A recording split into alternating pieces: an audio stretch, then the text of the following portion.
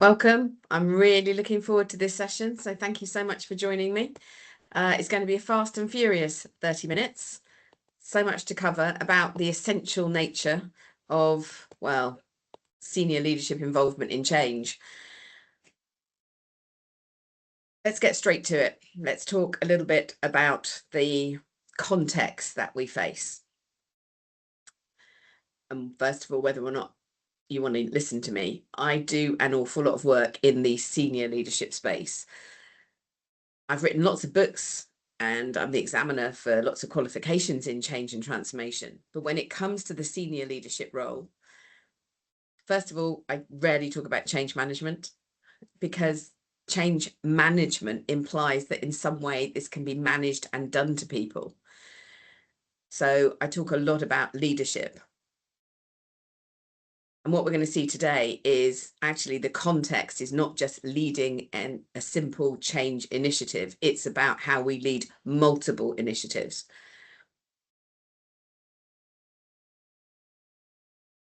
I think we're at a tipping point, and certainly Deloitte bears me out on this. I do an awful lot of research across many publications that CEOs and board members are reading. Because I think when we're talking about this subject, it's really important to make it contextual. Speed is vital.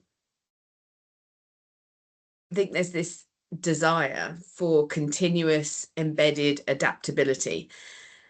They're looking for the ability of their organization to keep changing, keep innovating as a commercial advantage.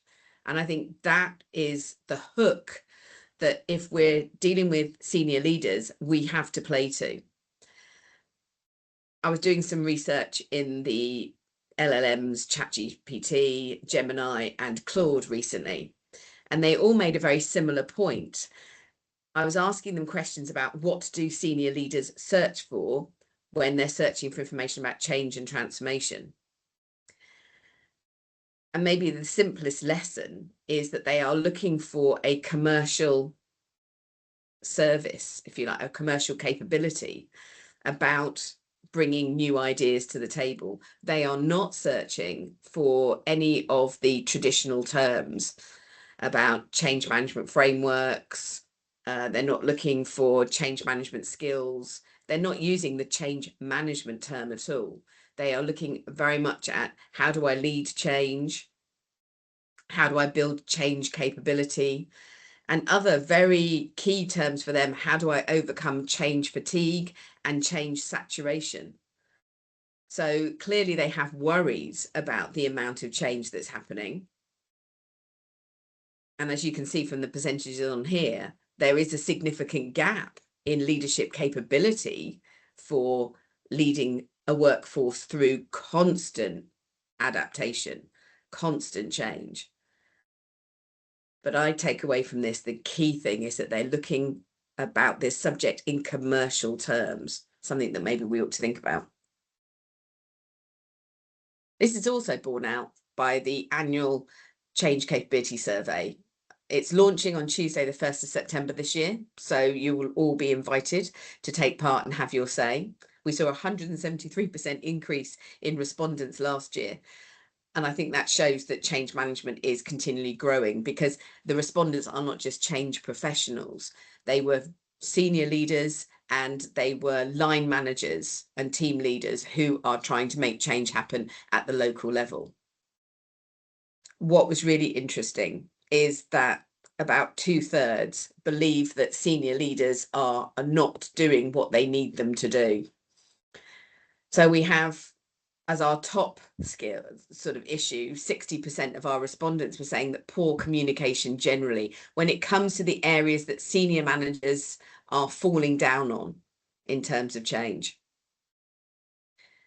And that 55% felt that very strongly that they are just not addressing resistance to change.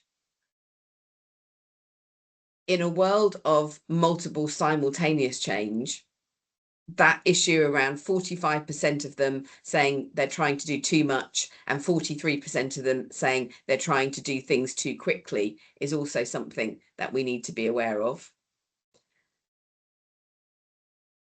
For me, the interesting one is at the top and at the bottom, focus too much on why change is necessary and less attention on how change will happen. So very much putting that strategic case for change, they've got that sorted. But actually how it will take place, how do we make change happen, less so. And then they're not taking the team on the journey with them, which is leading to, well, it says ultimately staff churn, but we know that there's a huge amount of anxiety before you ever get to staff churn. So we have the data that tells us that actually we need to support senior leaders with change. Gartner have started to push the agenda that change is continuous, and an awful lot of other big players in the world are also singing from the same hymn sheet. But it's worth reminding ourselves of some of the things that are being said, because this is the kind of information that senior leaders are being exposed to. And it's basically understanding that the environment is continuous series of changes that overlap, that there's lots of interdependencies. And at the same time, you're trying to oversee a workforce that perhaps has grown increasingly, well, weary and skeptical. I think we need to recognise that the senior leader role has to help us overcome organisational cynicism. They've been promised so many things in the past, and staff have put huge amounts of effort into the change that's happening. But, you know, has it really made any difference? Have changes really bedded down? Has a huge amount of effort been made, but then actually before that's landed, they've changed into a different direction, and all of that effort is perceived by those who made it as wasted.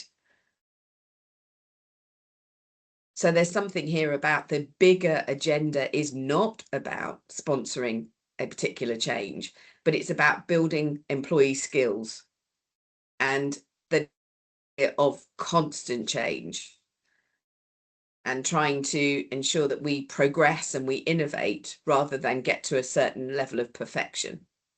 I think there's some interesting things in what Gartner is saying, but McKinsey are also saying similar things.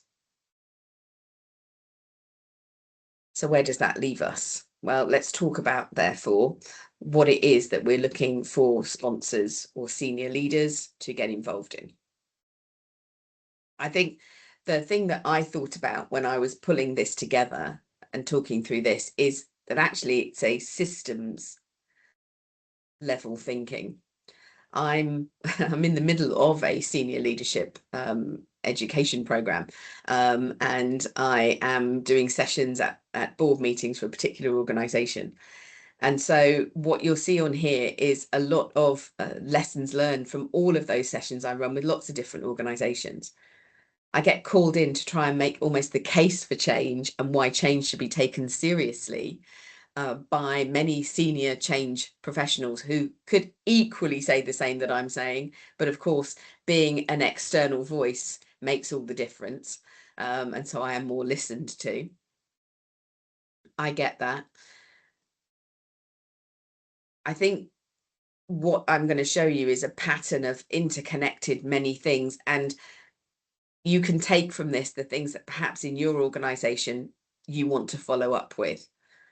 We've also got an action plan in Changeability Pro that we wrote last year for senior leaders, because one of the key things in the Change Capability Survey report was we highlighted off the back of those percentages I've just shown you some of the key issues. So if you want follow-up resources, don't forget that everything's there for you in Changeability Pro.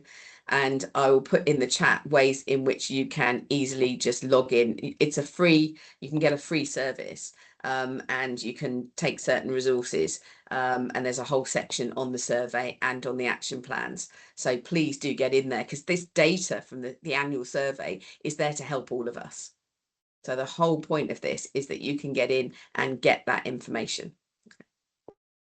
So let's start off then. Well, I'm going to start with the ideal picture, because I realised that maybe that was the thing that would be the most used, is what we should be looking at, and then we'll sort of look at what's really happening. So the ideal is that we are looking for our sponsor to identify the benefits, and for this to be what we call benefits-led change. The alternative to benefits-led change is that we come up with a whole load of requirements and things that we need to fix and opportunities that we want to exploit. But we're not talking in terms of, well, what's the value, so that we can make an educated decision about how valuable, how important it is to the organisation. But instead, we've sort of flipped it and we've gone more for requirements-led, almost a shopping list of things. And then from there, we try to sort of squeeze them into benefit statements. And I talk to an awful lot of change managers whose role is becoming almost a benefits manager, because actually so much of what they're doing is benefits identification, and then starting to work out ways in which we can achieve the benefits and track the benefits, because it's not coming from the senior leaders. But we should have benefits. What is the upside? What are the improvements? What are the advantages we want? And of course, we know that there's 3 categories that really drive this: revenue up, cost down, and improvements in reputation, marketability, position in a competitive position, anything which is about making the organization appear more appealing to its customers. So revenue up, cost down, and become appealing to your customers. So I don't think this is not that difficult. We should be leading these conversations if we're not getting it, because it is from the benefits that we should be deriving the exact scope. Because I think in a world of multiple simultaneous change, I'm always going to come back to this context, because as any of you know me, you know that one of my concerns is that many of the models in change management are addressing the idea that we're managing just a single change, as if that were the only change happening. And that is not our context anymore. So in a world of multiple simultaneous change, what is most important about the scope, and what we need to hear from sponsors, is, yes, what's going to change, what will be different, but crucially, all the things that will not be different. We need to hear what will remain the same more than ever, because we need to refine that scope so that it doesn't start to spread into other areas. The wider the scope, the more interdependencies it has with all of the other changes that are taking place, and the more opportunities there are, of course, for duplication of effort. So getting a scope that's actually quite tight, and being able to communicate from the top down the reassuring message that there are lots of things that will not change, therefore offering those who are fatigued the opportunity for that reassurance and that feeling that not everything's changing, that this is a manageable level of change. It's not something we talk about with senior leaders enough. Actually encouraging them to write what will not change before they write what will change is a very useful technique in any vision workshop. And of course, from that comes the vision, and being clear about what that destination looks like. How will people work in the future? Who are they working for? What is the overall purpose and mission?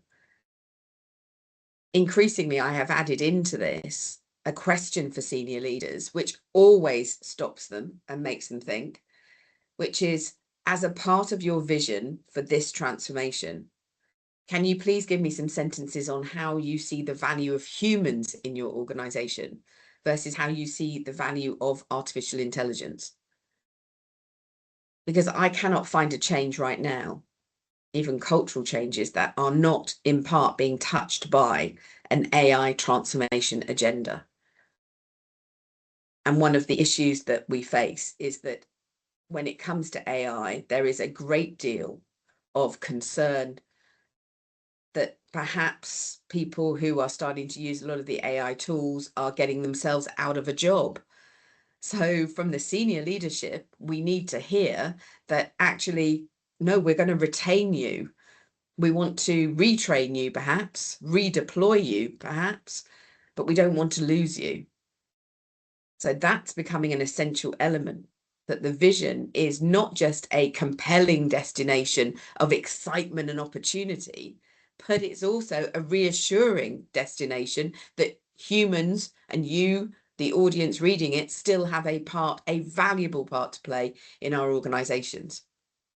So adding in that line about how do you see the position of humans versus artificial intelligence is really important.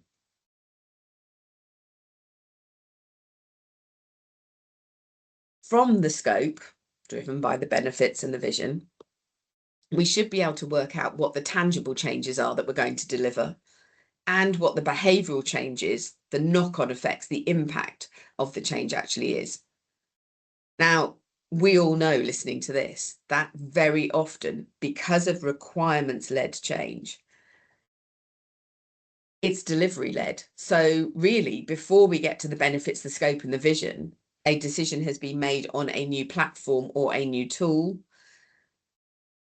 And in fact, I was reading reports, there were so many of them, they all came up with the same sort of figure around the 92% mark. It averaged out 92% of CEOs plan to increase their level of spending on AI tools in the next 3 years. So 9 in 10 plan to do that.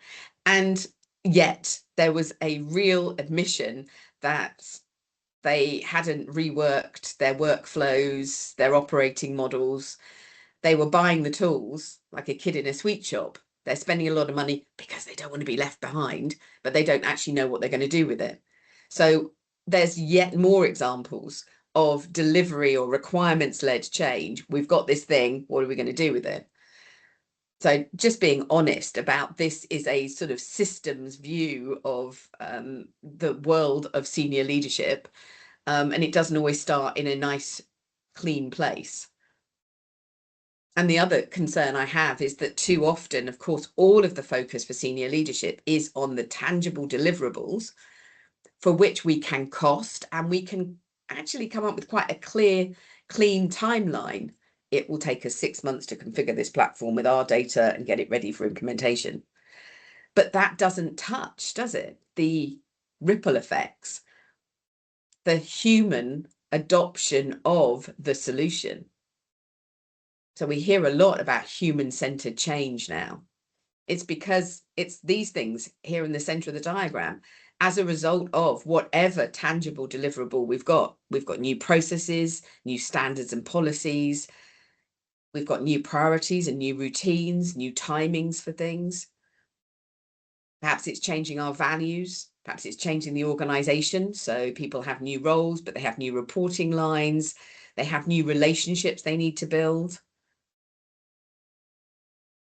We need them to adopt new skills and competencies, and we're going to performance measure them in different ways.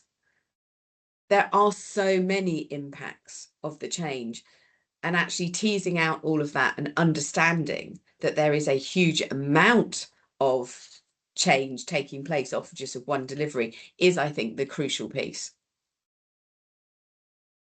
And if we crack that with senior leaders, and that is where I spend a lot of time, and I've got lots of great games and techniques for them to use, where they all have the same moment of, oh, it's going to take longer than we thought, and oh, it involves a lot more effort than we realised.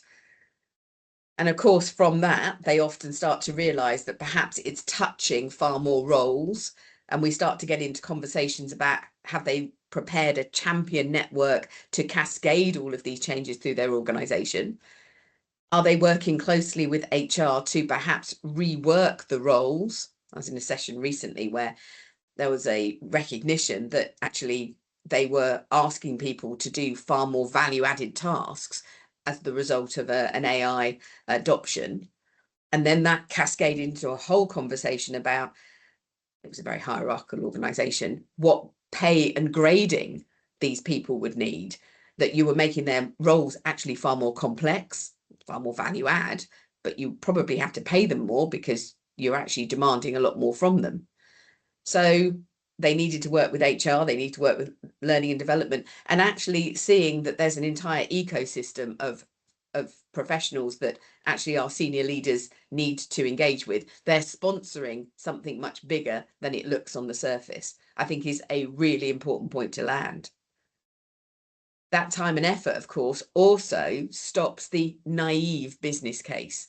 And what I mean by that is, I'm sure we all see it, we have a business case which has the cost of the tangible deliverables. And it has the timeline of the tangible deliverables, but it is claiming the benefits that result from the human adoption and the human changes in ways of working that lead to revenue up, cost down, and greater reputation.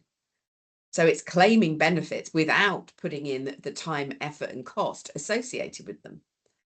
So an appreciation of every single ripple that the delivery rock creates in the pond, that is what we should be reflecting in the business case. And I think if we can crack that whole impact assessment at the very senior level, which all it needs to be is a realization of, wow, we are actually changing an awful lot more than I realized. If we can get to that, we get to a far more honest business case and a far better understanding of the time and the effort involved. And of course, that should then lead back to a real evaluation of, are these benefits worth it? And I think also an understanding of the delivery and the impact leads us into the interdependencies with lots of other initiatives within the portfolio, and being able to see more clearly how they link, what the overlaps and duplications are. And that can help actually a great conversation about reworking back to a more refined, tighter scope, perhaps. So you can touch on any of these elements and realize that we really need to get our sponsors on board with the scale of their work. And that impact leads me to all of those who are impacted. And at the senior level role, this is something that I think really does land with them, a recognition that they are not leading a transformation or a change, they're leading a transforming organization, with the emphasis on transforming, that it's a continuous process. And therefore, there are a couple of things they really need to focus on. A transforming organization has many changes that they just keep coming. And therefore, if our senior leaders are not seeing a positive experience of change as one of their objectives, then they're shooting themselves in the foot, because all of the other changes that come afterwards are going to be involving those who had a bad experience, and therefore denial, holding back, going slower, being more cynical is going to become the outcome. So we need to be thinking about how we really focus on that intrinsic motivation, answering the what's in it for me, really motivating everybody who is touched by the change. They've got to have a feeling of ownership. They've got to self-lead themselves through that. That probably means we need to support them with a lot of capability building so that they can have a great experience of change, because this isn't the only one. Similarly, the environment for change, which again is that capability building, which involves the training and support, but also I've put on there the biggest issue that we need senior leaders to support us with is addressing the issue of time. The one thing as human beings we can't create more of, but what we're asking people to do is perform their day job whilst also take part in transformation activities. Yeah, but that only feels real and doable if something's been taken off the agenda. Every new transformation idea shovels more onto their plate, but how are they supposed to do that in the time allowed? So we've got to encourage senior leaders to want to get into that fight, which means not just saying, hey, let's have this new thing, but also being prepared for that really difficult decision about, okay, so what is it that we stop?